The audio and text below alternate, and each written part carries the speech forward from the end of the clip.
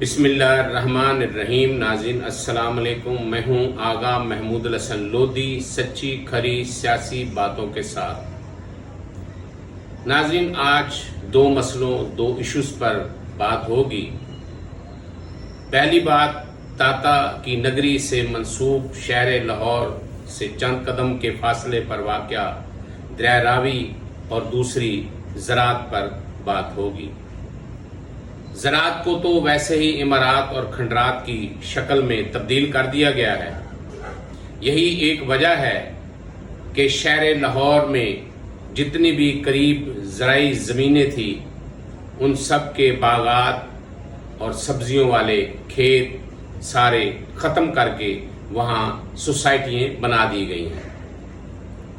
ان سوسائٹیوں کی قانونی حیثیت کیا ہے کیا نہیں، لیکن یہ میں ضرور کہوں گا کہ وہ وہاں نہ صرف عوام لٹ رہے ہیں بلکہ ان زرعی زمینوں پر جہاں پھل، زراعت اور سبزیاں، اجناس وغیرہ پیدا ہوتی تھی، ان کی وجہ سے عوام لاہور کو، لاہور کے شہریوں کو، داتا کی نگری کے باسیوں کو نہ تو تر و تازہ فریش پھل سبزیاں مل رہی ہیں، نہ ہی ویسے ارزا نکلوں پر مل رہی ہیں جیسے پہلے ملا کرتی تھی۔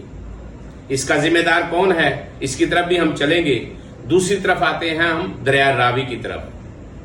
ایک وقت تھا داتا کی نگری کے باسیوں اور شہر لاہور کے رہنے والوں نے کسی سے سنا ہوگا، کسی نے کہا ہوگا یا کچھ نے اپنی آنکھوں سے بھی دیکھا ہوگا کہ ایک وقت ایسا تھا جب دریائے راوی کی لہریں دریائے راوی کے کناروں تک امڈ آتی تھی۔ یہی ایک وجہ تھی کہ شہر لاہور کا پانی اتنا طاقتور، کثافت اور اساسیات اور طاقت سے بھرپور تھا کہ اس کا نام پاکستان کے باہر پورے دنیا میں تھا کہ لاہور شہر کا پانی بہت طاقتور اور ایسا ہے کہ جو قابل رشک ہے۔ کیا ہوا کہ ہم نے 1960 کے معاہدے کے تحت راوی کو اس راوی تک پہنچا دیا کو جو کہتے ہیں نا، وہ اس راوی نے کہا تھا کسی راوی سے منسوب کر کے، اب دریائے راوی بھی اس راوی کی طرف منسوب ہو گیا ہے۔ راوی کو یاد کرتے ہیں، وہ راوی تھا، راوی ہے نہیں، راوی تھا، کیونکہ راوی نے نالے کی حیثیت اختیار کر لی ہے۔ جب آپ کے شہر کے قریب بہنے والا دریا ہی بند کر دیا جائے گا، آپ انڈیا سے تجارت تو کرتے ہیں، آپ انڈیا سے دریائے راوی کی پانی کی بات کیوں نہیں کرتے؟ چاہے جو بھی معاہدہ ہوا، آپ اپنی زراعت کو بڑھائیں۔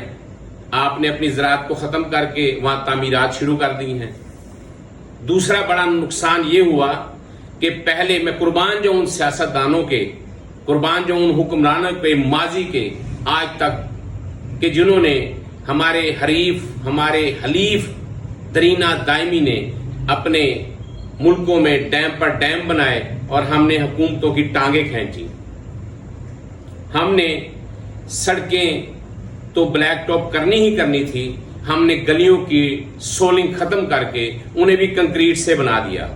اس کا نقصان سب سے زیادہ کیا ہوا کہ جب بارشیں ہوتی ہیں تو وہ پانی سیدھا ان کنکریٹ والی گلیوں میں آتا ہے، بلیک ٹاپ سڑکوں پہ آتا ہے، وہاں سے سیدھا نالوں میں جاتا ہے، نالوں میں دریا میں چلا جاتا ہے۔ زیر زمین کو پینے کے لیے پانی نہیں ملتا۔ اور آج آپ دیکھ لیں کہ لاہور شہر میں پانی کی جو گہرائی ہے وہ 700 فٹ سے بھی نیچے چلی گئی ہے، اور شہر لاہور کے باسیوں کو، داتا کی نگری کے باسیوں کو آج سینک والا پانی مل رہا ہے۔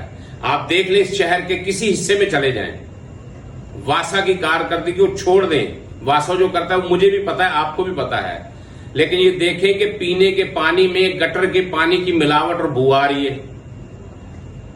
آپ کسی سے بھی پوچھ لیں، شہر لاہور کے باسی میری اس بات کی تردید ہرگز نہیں کریں گے کہ میں جو کہہ رہا ہوں سچ کہہ رہا ہوں۔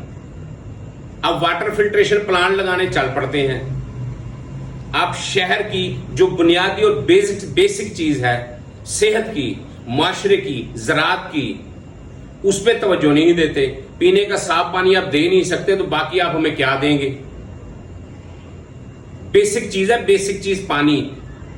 آپ جتنی مرضی بڑی نعمت کھا لیں، اگر پانی نہیں ہے تو کچھ بھی نہیں ہے۔ تو داتا کی نگری کے باسیوں، میں نے آپ کو ایک حقیقت آپ تک پہنچانی تھی. اگر آپ کو یہ میرا ویلاگ پسند آئے, سمجھ آئے, میری سچی کھری بات آپ کو سمجھ آئے تو میرا چینل سبسکرائب ضرور کیجئے گا. اگلے ویلاگ تک مجھے اجازت دیجئے. پاک پروردگار میرا, آپ کا, اس ملک کا, اس ملک کے ان نگہبانوں کا, ان فوجی جوانوں کا, ان جانثاروں کا, ان سرفروشوں کا جو کڑکتی دھوپ میں, ٹھٹھرتی راتوں میں, تند و تیز آندھیوں میں آپ کی میری جان و مال کی عزت و عصمت کا پرچم بلند کیے چراغ روشن کی طرح روشن ہیں. پاکستان زندہ باد.